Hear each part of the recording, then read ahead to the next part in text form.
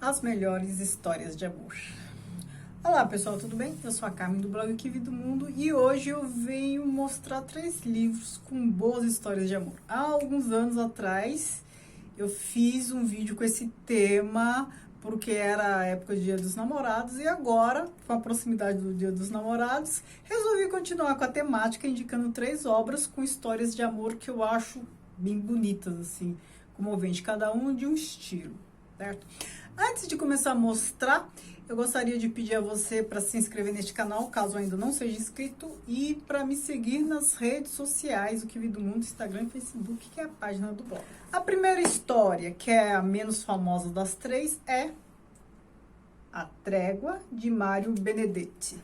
Aqui é a história de um senhor já prestes a se aposentar, com uma vida mediana, um emprego bom, assim, mediano. Ele não é medíocre, mas ele é mediano, assim, uma vida mediana nos conformes. Tem filhos, viúvo e tal. Tudo leva a crer que a vida dele é muito bem controlada, sabe? Aquela segurança do cotidiano, da rotina, ele passando pelas etapas principais, pelas quais passa a maioria das pessoas, então, assim. E ele nesse processo de encerramento de um ciclo, né? Ele vai se aposentar.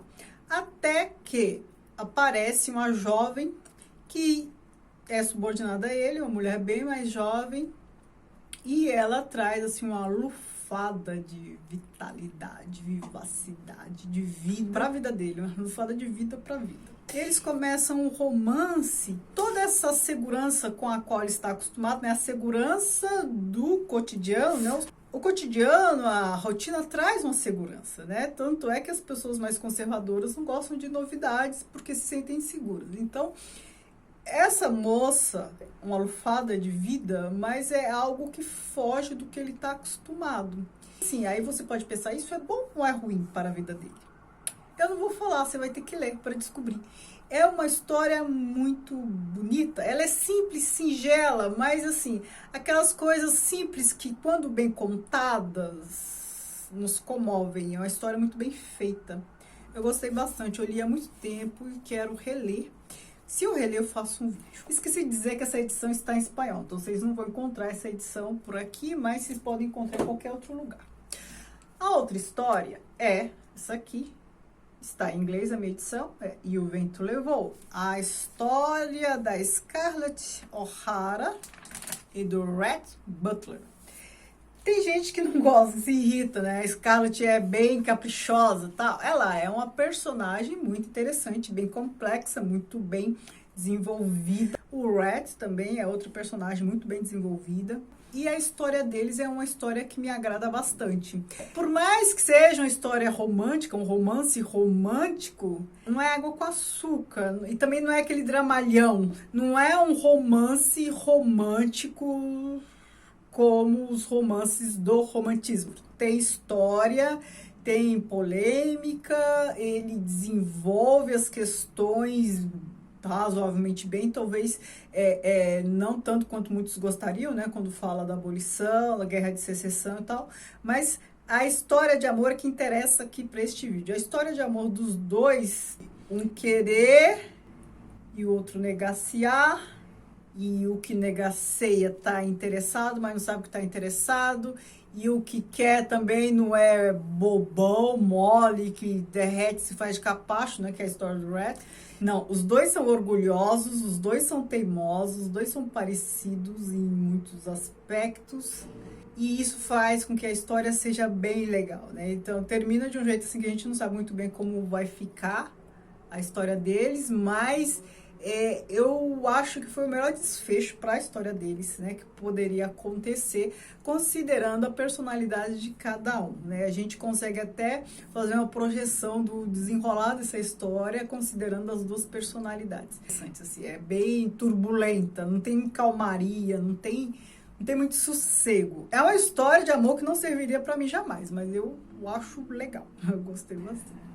A outra história de amor é aqui, Rayuela, do Cortázar, que em português é Jogo da Amarelinha. Também é uma edição em espanhol. Não mostrei nada em português aqui, né? Mas tudo vocês acham em português, tá?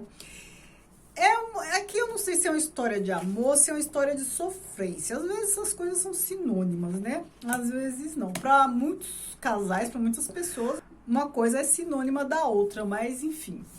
Aqui é a história do Oliveira, eu acho, que fica nos lamúrios, na lamentação por conta da La Maga. Aqui a gente tá em Paris, década de 50, não tem cidade melhor para sofrer de amor do que Paris, né? Porque cada esquina você se embevece com alguma coisa, ou que pode ser motivo de alegria ou de tristeza. Enfim, é uma cidade riquíssima em reminiscências literárias e históricas. Todo mundo já ouviu falar de alguma coisa que aconteceu ali, em qualquer esquina de Paris. O fato de ser uma cidade pequena também ajuda. E aqui a gente tem uma situação de um cara que sofre, um eu que sofre uma desilusão amorosa, sofre com as lembranças, sofre com a falta. Normalmente o sofrimento da lembrança é por conta da falta. E ele fica nesse conflito interno por Paris, aquela bebê. Toda vez que eu falo desse livro, eu toco nesse ponto. É bem no clima de geração perdida ali, do pós-Primeira Guerra, período entre guerras ali, década de 20 do século 20, aquela geração que vai para Paris, beber e bebe, não sabe o que fazer, com aquele vazio, o que, que vai ser de nós agora, como está o mundo, o que será do mundo, o que será de nós, aquela coisa toda. Aqui, essa busca, esse conflito, só que não em relação ao mundo, em relação ao eu, a ele. A gente está num período também, né, pós-Segunda Guerra, né? Acho que com um fim de uma grande guerra, sempre vem essa perspectiva de que, ou melhor, essa falta de perspectiva, né? O que vai ser de mim, o que vai ser do mundo, o que vai ser das pessoas. Acho que é uma situação bem parecida com o que a gente está vivendo agora em tempos de pandemia. Essa falta de perspectiva que desola, que desanima, que dá angústia, que dá ansiedade. Um eu sofredor que não se projeta para o coletivo, é um eu em si mesmado, assim, sabe? Que faz o ego trip e a falta da La Maga. E aqui este livro é famoso pela forma, né? Que você pode ler a partir de qualquer capítulo, você pode soltar os capítulos, assim, são mais de 100 capítulos e você pode ler em qualquer ordem, de trás para frente, de frente para trás, do meio para o fim, do meio para o começo, porque a gente está aqui com a temporalidade, uma espacialidade do sujeito. Então, assim, ele sofre o inferno, vai ao céu, ao inferno, lá para Paris afora, mas é um estado emocional. Então, assim, o estado emocional dele não se altera muito, porque é um estado de desespero e de busca, de sofrência, e ele está sempre nesse estado, então não importa qual capítulo você está lendo. Então, a temporalidade, a questão do tempo cronológico não importa, porque aqui o que está em evidência é um tempo interior do sujeito sofrendo. Naquele primeiro vídeo que eu fiz com esse tema, eu mostrei romances assim que era desgraceira, sabe? Um morre para um lado, outro morre para o outro, porque eu gosto muito de romance dramático, assim, né?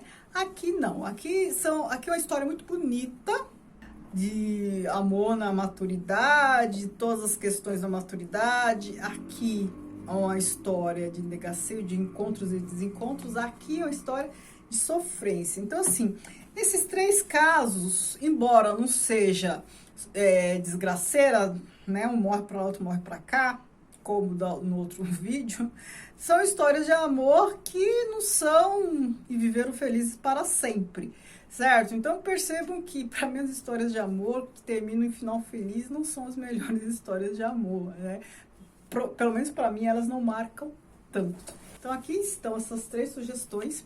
Me digam se vocês já conhecem, já leram, alguns têm alguma história boa para me indicar, eu vou dar a saber. Aí, quem sabe, ano que vem eu faço, né, nessa época de novo, época do Dia dos Namorados, assim, mais algumas histórias de amor bem bacanas. Muito obrigada por assistirem. Beijo e tchau, tchau.